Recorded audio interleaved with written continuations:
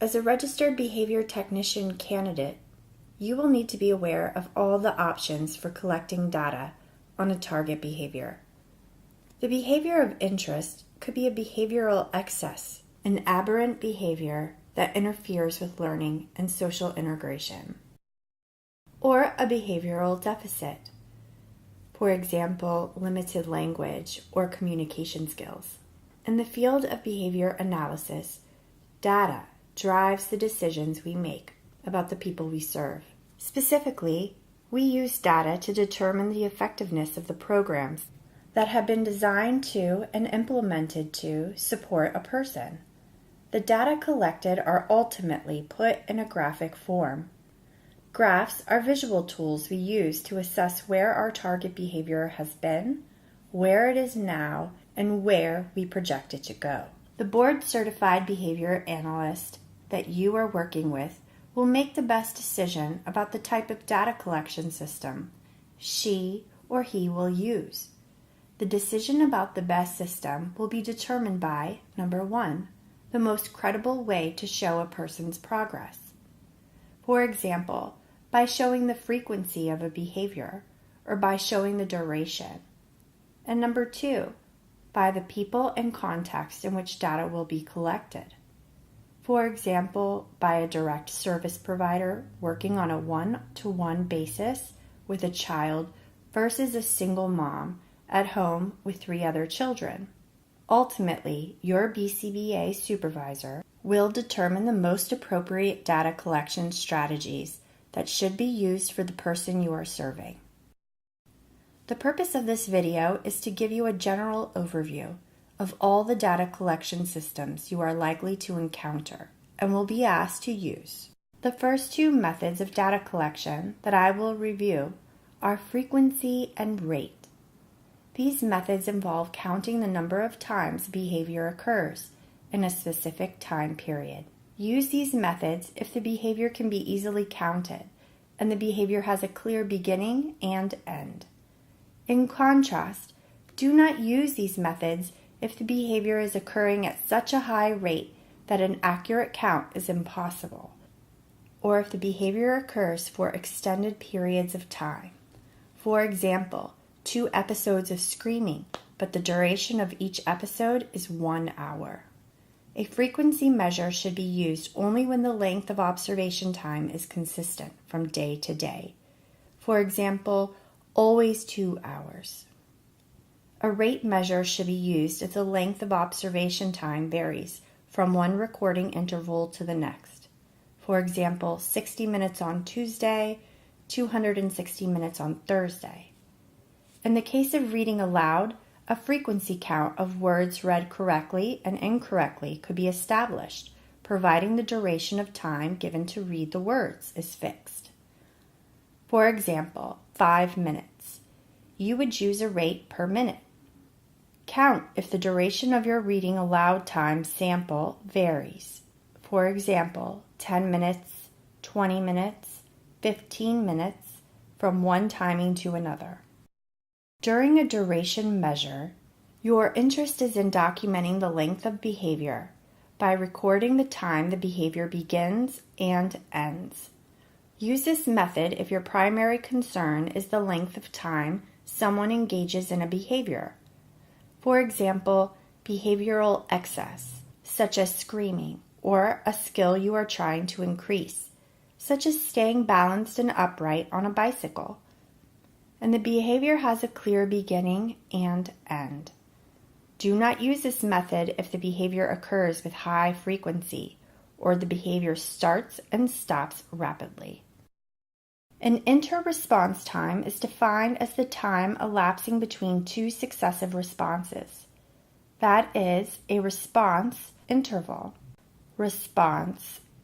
For example, if you were working with a person and you were interested in adjusting their excessive cell phone texting behavior, you would measure the length of time between one text message, a response, and another. Use latency recording when you are interested in how long a person takes to respond once the opportunity has been presented. For example, if a child received a familiar directive, they have shown the ability to follow. Example, please get your school backpack and put it next to the door. And how long would it take the child to respond? The time between receiving the directive and responding to the directive is considered the latency of response. It is a very useful measure. Latency is a measure of how long it takes to start a behavior, and this can be compared to duration. The duration, as we discussed previously, is how long the behavior lasts. The next method of recording involves using intervals of time. Specifically, the direct service provider or teacher divides the observation period, for example, 1 hour, into a number of smaller time periods or intervals. For example, 5 minutes observes the student throughout each interval, and then records whether the behavior occurred or not in that interval. It is a simple yes or no method of recording during the 5-minute observation. This method is considered a partial interval method.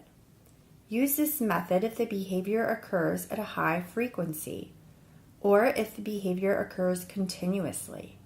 You should not use this method if the behavior is a low frequency behavior. There is a variation of interval recording, and it is called whole interval recording. This form of recording requires the person you are observing to engage in the target behavior for the entire 5-minute interval. For example, if you wanted a child to practice playing a musical instrument, you may give them credit for their practice only if they played for the entire 5-minute interval. The next data collection method involves counting the number of opportunities that you give a person to perform some skill, and then to calculate the percentage of correct and incorrect responses. This method is useful for determining how often the behavior occurred when given the opportunity. A clinician should only use this method if the opportunity to engage in a target behavior is easily observed and the opportunities are not high in frequency. Do not use this method if the opportunity to engage in the behavior is continuous or if the opportunity is not always easy to observe. There are times when we just want to take a time sample of a target behavior to sample how a person is performing. You will notice that time sampling is a variation of interval recording. Specifically, small intervals of time, 30 seconds, are set up within larger time intervals. For example, 10 minutes. Instead of noting whether a behavior occurred or did not occur within an entire interval 10 minutes, the teacher only records the child's behavior during a sample of time, 30 seconds, usually at the beginning or end of an interval, and records whether the behavior is occurring at that instant. This is a very useful measure when you are A, just trying to get a sample of a child's behavior, and B, you are working with a group of children and you need to record each child's behavior. However, I do not recommend that you use this procedure for low frequency behavior. There are times when a family or your BCBA supervisor will want to see a permanent product of a child's work.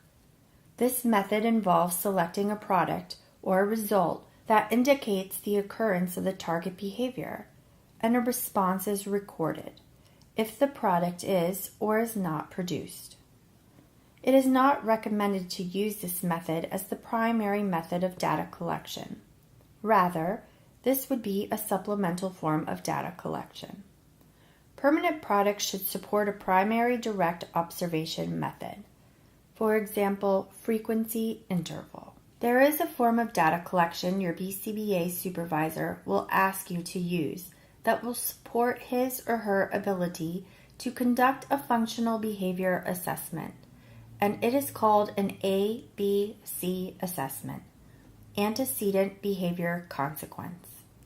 This method involves recording the circumstances related to a problem behavior.